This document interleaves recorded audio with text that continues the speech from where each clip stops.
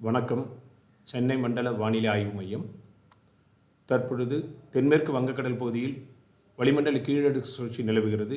இதன் காரணமாக அடுத்து வரும் 5 தினங்களுக்கு தென் தமிழக பகுதிகளில் அநேக இடங்களிலும் வட தமிழக பகுதிகளில் ஒரு சில இடங்களிலும் லேசானது முதல் மிதமான மழை பெய்யக்கூடும்.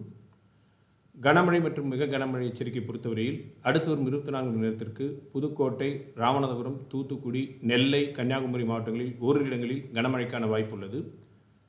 16ஆம் தேதி புதுக்கோட்டை, சிவகங்கை, ராமநாதபுரம், தூத்துக்குடி ஆகிய மாவட்டங்கள் ஓரிரு இடங்களில் மிக கனமழையும், டெல்டா மாவட்டங்கள் மதுரை, விருதுநகர், நெல்லை, கன்னியாகுமரி மாவட்டங்களில் ஓரிரு இடங்களில் கனமழையும் பெய்யக்கூடும்.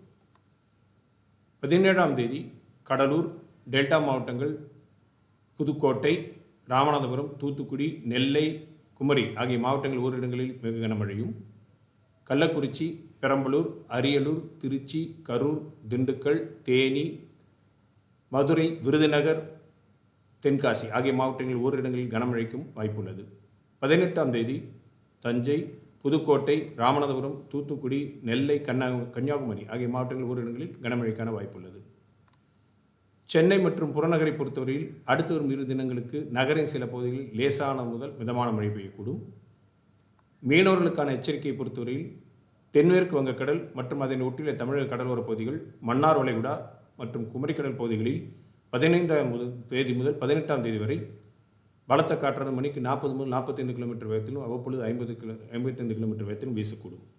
அரபிக்கடல் பகுதிகளில், கேரள கடலோரப் பகுதிகள் மற்றும் லட்சத்தீவு பகுதிகளில் 17, 18 தேதிகளில் பலத்த காற்றானது மணிக்கு 40 முதல் 45 கிலோமீட்டர் வேகத்திலும் அவ்வப்பொழுது 55 கிலோமீட்டர் வேகத்திலும் வீசக்கூடும். எனவே மீனவர்கள் மேற்கண்ட நாட்களில் இந்த பகுதியில் செல்ல வேண்டாம் என்று அறிவுறுத்தப்படுகிறார்கள்.